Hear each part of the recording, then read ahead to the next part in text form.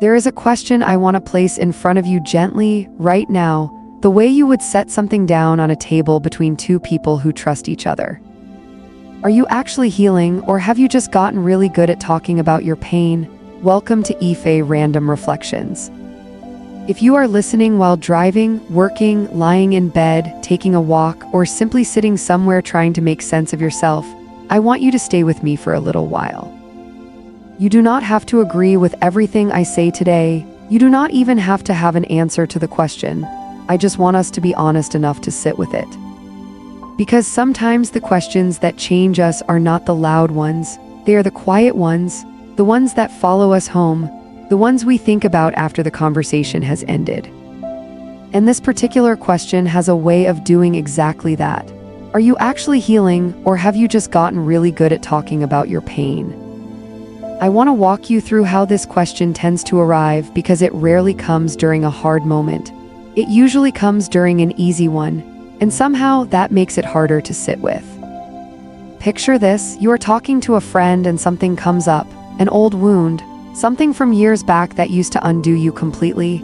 Maybe it was rejection, maybe betrayal, maybe abandonment. Maybe being constantly criticized, maybe growing up feeling like you had to earn love, maybe a relationship that changed the way you see yourself. Maybe something happened that you still do not have the perfect words for, and you notice something. You can talk about it now, you have the language, you know what happened. You know where it started, you know what it taught you, you know what patterns came from it. You can explain how it affected your relationships. You can explain how it affected your confidence. You can even explain what you are doing now to move forward, and honestly, it sounds beautiful, clean, composed, mature. The kind of explanation people listen to and say, "Wow, you have really grown." And maybe you have, maybe you genuinely have, but then you get home that night, and something small happens. Something completely unrelated. Someone takes too long to respond to your message. Someone changes their tone with you. Someone gives you a little criticism. Someone seems distant. Someone misunderstands you. Someone does not choose you. And suddenly something happens inside you. Your chest tightens, your stomach drops, you become quiet. You start overthinking. You want to explain yourself. You want reassurance. You want to withdraw. You want to prove that you are not the person they seem to think you are. And you recognize the feeling. It is the same feeling, the same fear, the same instinct, the same reaction, the same old wound wearing a different outfit, and that is usually where the question finds you. If I have really healed from this, why did my body just respond the way it did years ago? Why did something so small make me feel something so big? Why do I understand the pattern so clearly and still find myself repeating it? Why can I explain my wound better than I can respond differently when it is triggered? And maybe that is where we need to slow down, because I think we have sometimes confused understanding with healing. We have confused being able to explain something with being free from it. And those are not always the same thing. We are living in a season where healing has a whole vocabulary now. Words we did not always have. Words for boundaries, words for attachment. Words for triggers, words for emotional regulation, words for trauma, words for people-pleasing, words for abandonment, words for inner child work, words for nervous system responses. And I am grateful for that language. I really am, because sometimes having a word for what you are experiencing is the first time you realize you are not crazy. You are not alone. You are not imagining everything. You are not the only person who has ever felt this way. Language can be incredibly powerful, but language can also become a hiding place. And that is the uncomfortable part. Sometimes we become so good at describing the wound that we stop asking whether anything underneath the description is changing. We can tell the story. We can analyze the story. We can explain the story. We can post quotes about the story. We can make jokes about the story. We can turn the story into content. We can tell people what the story taught us. But then life puts us in the exact situation where that wound gets touched, and suddenly all the beautiful language disappears. Because healing is not only about what you can say when you are calm, it is also about what happens when you are triggered. It is about what happens when nobody is watching. It is about what happens when you are misunderstood, It is about what happens when you do not get the apology you wanted. It is about what happens when someone disappoints you. It is about what happens when you are afraid. It is about what happens when the old version of you wants to take control, and I think that is where the real work begins. There is a difference between describing a wound and letting God near it. Describing a wound you can do beautifully. You can know the entire timeline. You can remember exactly when it started. You can explain who hurt you and why it mattered. You can tell the story like a testimony, but letting God near the wound, that is different. Because sometimes God does not just want to help you explain what happened. He wants to meet you in what it did to you. He wants to touch the fear underneath the anger, the insecurity underneath the defensiveness, the loneliness underneath the independence, the rejection underneath the need to be perfect, the fear of abandonment underneath the need to control everything. And that work can be much quieter. It does not always look impressive. Sometimes healing looks like sitting alone and admitting, I am still hurt. Sometimes it looks like saying, I thought I was over this, but apparently I am not. Sometimes it looks like realizing that you are angry about something you told everyone you had forgiven. Sometimes it looks like noticing your hands shaking during a conversation and not judging yourself for it. Sometimes it looks like taking a breath before responding. Sometimes it looks like not sending the paragraph you desperately want to send. Sometimes it looks like letting someone misunderstand you without immediately trying to convince them of your worth. Sometimes it looks like saying no without giving a 10-minute explanation. Sometimes it looks like receiving love without immediately wondering when it will disappear. Sometimes it looks like realizing that peace does not mean nothing ever triggers you. Peace can also mean you know what to do when you are triggered, and I want to make something very clear. I do not think this makes you dishonest. Please hear me there, because it would be very easy to hear this conversation and turn it into another reason to beat yourself up. Another reason to say, maybe I am not really healing. Maybe I have been pretending. Maybe everyone else is moving forward and I am stuck. That is not what I am saying. Most people who speak openly about their healing are sincere. They are not necessarily performing. They are trying. They are using the tools they have. And sometimes the tool most available to us is language, so we use it. We talk, we journal, we pray, we listen to podcasts, we read books, we watch videos, we learn new concepts. And all of those things can be helpful, but eventually life asks a different question. Not, can you explain what happened? But how do you respond now? Not, do you know your pattern? But what happens when the pattern gets activated? Not, can you tell me what you learned? But are you living differently because of what you learned? That is a much harder question. Because insight feels good, change can feel uncomfortable, understanding gives you a sense of control, actually changing requires surrender. And sometimes we would rather understand ourselves forever than allow ourselves to become different. Because becoming different means giving up things that once protected us. Even unhealthy patterns can feel safe when they are familiar. You might know that you overthink. You might know that you withdraw. You might know that you become defensive. You might know that you people please. You might know that you chase people who are emotionally unavailable.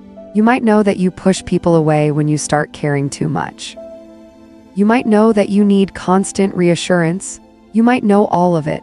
But knowing why you do something does not automatically teach you how to do something different. And that is where patience becomes important, because healing is rarely as linear as we want it to be. There might be a season where you think, I am finally okay, and then something happens. And suddenly you are crying over something you thought you had already dealt with. You may even feel embarrassed. You may think, seriously, I am still doing this? But maybe you are not back at the beginning. Maybe you are simply discovering another layer. Maybe healing is not always about never feeling the old pain again. Maybe sometimes it is about recognizing the pain sooner. Maybe it is about recovering faster.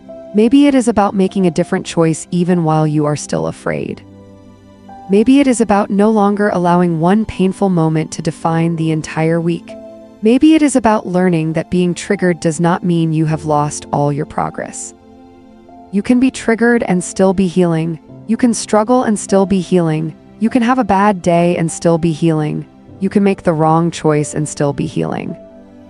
You can realize you need help and still be healing. You can discover that something you thought you had forgiven still hurts and still be healing. The goal is not to become a person who never gets hurt. The goal is to become a person who knows what to do with the hurt, and that distinction matters.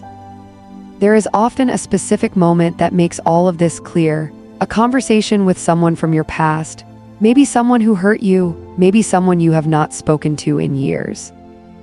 And you have rehearsed this conversation in your mind. You imagine yourself calm, you imagine yourself mature, you imagine yourself peaceful, you imagine yourself completely unbothered.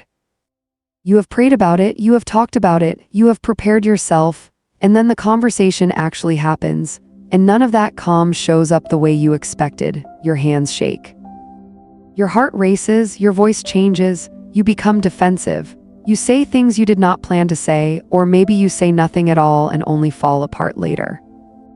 And afterward, there is this strange grief, not necessarily because of the conversation, but because you have just witnessed a gap in yourself. You realize, I understand this so well.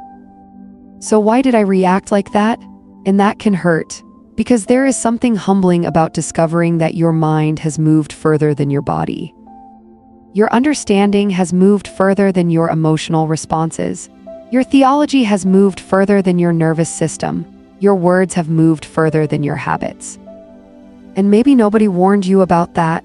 Understanding something and being changed by it are two different journeys, and they do not always travel at the same speed. You can understand why you became a people pleaser and still struggle to disappoint people. You can understand why you fear abandonment and still panic when someone becomes distant.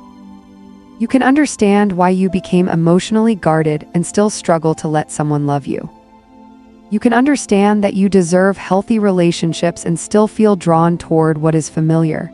You can understand forgiveness and still feel the pain of what happened. You can understand that God loves you and still struggle to believe you are safe. And none of that automatically means you are failing. It might simply mean the work is deeper than information. And this is where I think we need to be careful with the pressure to have a perfect healing story. Sometimes we want to be able to say, I went through this, but look at me now. I am completely healed, but real life does not always give us that clean ending. Sometimes your testimony is, I am better than I used to be, but I am still becoming. Sometimes your testimony is, I still get triggered, but I do not stay there as long. Sometimes your testimony is, I still struggle with this, but now I recognize it. Sometimes your testimony is, I still cry about it, but I no longer hate myself for crying. Sometimes your testimony is, I still have questions, but I am no longer letting the questions convince me that God has abandoned me. That is healing too. Maybe we need to stop measuring healing only by how little something hurts. Maybe we should also measure it by what we do with the pain when it comes. Do you recover differently? Do you communicate differently? Do you choose differently? Do you forgive differently? Do you set boundaries differently? Do you see yourself differently? Do you treat yourself with more compassion? Do you pause before reacting? Do you pray before making decisions? Do you allow yourself to feel without immediately running away from the feeling? Those changes can be easy to overlook because they are not always dramatic. Nobody claps because you paused before sending an angry message. Nobody celebrates because you finally chose not to chase someone who was giving you mixed signals. Nobody sees the moment you sat with your anxiety instead of allowing it to control your decision. Nobody knows that you almost returned to an old pattern but chose something healthier. But those moments matter. Those are the quiet places where healing becomes visible. So perhaps the question is not simply, am I healed? Maybe that question is too big. Maybe the better question is, am I becoming different? Am I responding differently than I used to? Am I becoming more honest, more peaceful, more grounded, more compassionate, more discerning, more willing to admit when I am wrong, more willing to walk away from what harms me? More willing to stay when something healthy feels unfamiliar? More willing to let God work in places I cannot fix myself? Because sometimes healing does not announce itself. Sometimes it simply shows up in the choices you make. And there is another thing I want us to talk about. the temptation to turn healing into an identity. Sometimes we can become so attached to the story of what happened to us that we do not know who we are without it. We become the person who was betrayed, the person who was abandoned, the person who was overlooked, the person who had to be strong, the person who had to survive, and those things may be part of your story. But they do not have to become the entire definition of who you are. There comes a point where healing asks, who are you becoming now? Not just what happened to you, because your pain deserves to be acknowledged, but your future deserves to be explored too. There is life beyond the wound, there is laughter beyond the wound, there is love beyond the wound, there is peace beyond the wound. There are new experiences that do not have to be interpreted through old pain. And maybe part of healing is allowing yourself to experience something good without immediately waiting for it to go wrong. Maybe it is allowing a healthy relationship to simply be healthy. Maybe it is receiving kindness without questioning the hidden motive. Maybe it is succeeding without waiting for the failure. Maybe it is resting without feeling guilty. Maybe it is being loved without constantly preparing yourself to be left. Maybe it is waking up one morning and realizing you have not thought about that old wound in weeks. And you did not even notice. That is healing too, quietly, without an announcement, without a post, without a perfect sentence, without anyone knowing. I also think prayer belongs here. Not because prayer is a shortcut around the work, but because sometimes there are places in us that we cannot reach by ourselves. There are things we can explain intellectually, but cannot untangle emotionally. And sometimes the most honest prayer is not, God, make me completely healed. Sometimes it is, God, show me where I am still hurting. Show me where I am protecting myself. Show me what I am afraid to surrender. Teach me how to respond differently. Give me the courage to face what I keep explaining away. Help me forgive without pretending it did not hurt. Help me trust without ignoring wisdom. Help me become someone who is not controlled by what happened to me. That kind of prayer can be uncomfortable. Because when you ask God to heal something, sometimes He first helps you see it clearly. And seeing clearly is not always pleasant. You may realize that the problem is not only what someone did to you. You may realize there are beliefs you picked up because of it. I am not enough. I have to earn love. If I disappoint people, they will leave. If I am vulnerable, I will be hurt. If I am not useful, I am not valuable. If someone is distant, it must be my fault. And healing sometimes means learning to challenge those beliefs one moment at a time. Not because what happened did not matter, but because what happened does not get to decide who you become. So I want to bring you back to the question we started with. Are you actually healing, or have you just gotten really good at talking about your pain? Maybe the honest answer is both. Maybe you have learned to talk about something before you have completely learned how to live differently because of it, and that is okay. Maybe your words are the beginning, not the destination. Maybe talking helped you survive. Maybe understanding helped you make sense of things. Maybe naming the wound helped you stop blaming yourself. But now perhaps you are being invited into something deeper, not more explanation, transformation, not just knowing the pattern, practicing a new response, not just talking about peace.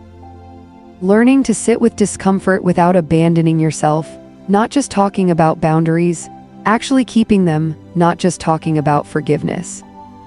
Releasing the need for the past to become different before you allow yourself to move forward. Not just saying you trust God, learning to trust Him in the places where you do not have control. And I want to remind you of something before we close. You do not have to prove that you are healed. You do not have to perform wellness.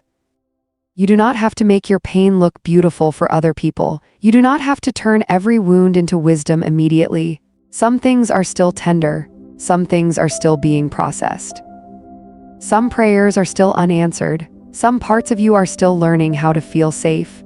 Give yourself permission to be in the middle, because being in the middle is still movement. You are allowed to say, I am not where I used to be, but I am not where I want to be yet. That is an honest sentence. And sometimes honesty is a much better foundation for healing than pretending you have arrived. So tonight, or whenever you are listening to this, I want you to sit with one question, not 10. Just one, where in my life can I explain my healing better than I can demonstrate it? Do not rush to answer. Think about your relationships, your reactions, your boundaries, your fears. Your relationship with yourself, your relationship with God. Where do your words say one thing but your patterns still say another? And when you find that place, please do not shame yourself. Do not say, I cannot believe I am still like this. Try saying, okay, this is where the work is. There is a difference. Shame says, something is wrong with me. Grace says, something in me still needs attention. And maybe that is what healing looks like today, not fixing everything. Just becoming honest about where the work remains. If this conversation found you at the right moment, I want you to know something. You are not behind. You are not a fraud because you still struggle. You are not failing because something you thought you had healed from still hurts sometimes. And you are not disqualified from peace because you are still learning how to receive it. You might simply be somewhere in the middle, and there is nothing shameful about that. Maybe you are not supposed to have the perfect answer yet. Maybe you are supposed to keep walking, keep praying. Keep noticing, keep choosing differently, keep allowing God into the places you would rather hide. And slowly, sometimes so slowly that you do not even notice it, you become someone who no longer responds to life entirely from the wounds of your past, not because you forgot what happened, but because what happened no longer has the same authority over who you are. That is the kind of healing I hope for you, not a perfect story, a freer life. And if you are still in the middle of it, I hope you give yourself permission to be there. Thank you for spending these minutes with me. If this conversation made you stop and think, share it with someone who might need to hear it too. And if something in this episode resonated with you, I would genuinely love to know. What part of this question are you sitting with right now? Are you learning to heal, or are you learning to stop hiding behind the language of healing? Leave your thoughts wherever you are listening. And if you enjoyed this episode, follow or subscribe to the podcast so you do not miss the next reflection. You can also share this episode because sometimes the person who needs a reminder that they are not behind is not the person who will ask for it. Sometimes they just need to hear it. Until next time, be gentle with yourself, keep becoming, keep healing, and remember, you do not have to have arrived to be making progress. I love you. See you in the next one.